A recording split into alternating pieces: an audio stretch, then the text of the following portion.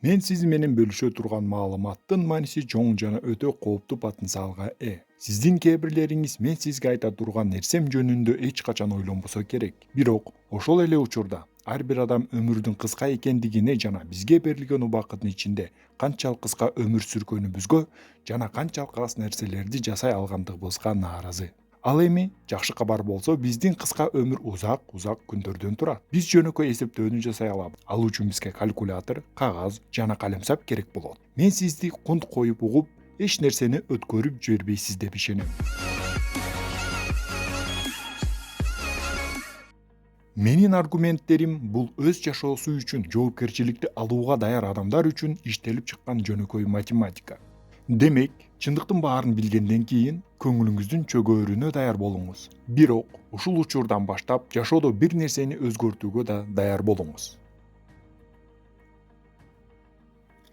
Сиз 90 жашка чейин жашаганыңызды элестетип көрүңүз.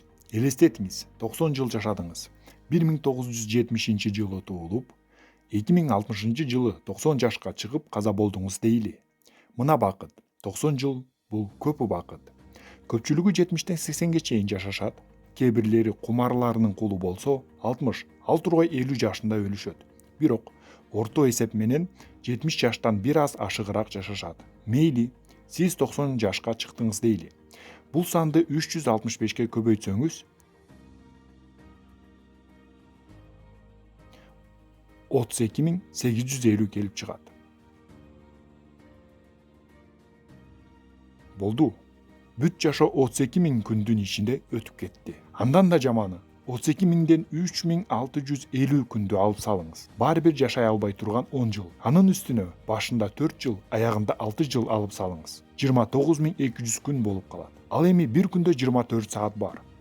Жана баарыбыз уктаганды жакшы көрөбүз. Келгиле 24 сааттын ичинен 8 саат уйкуга алып коелу. Ошондо 29.200-дүн 3төн бири түтүнгө айланды да бизде 19.466 күн гана калды.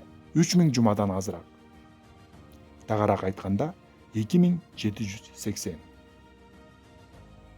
Анан ушул жума кандай өттү?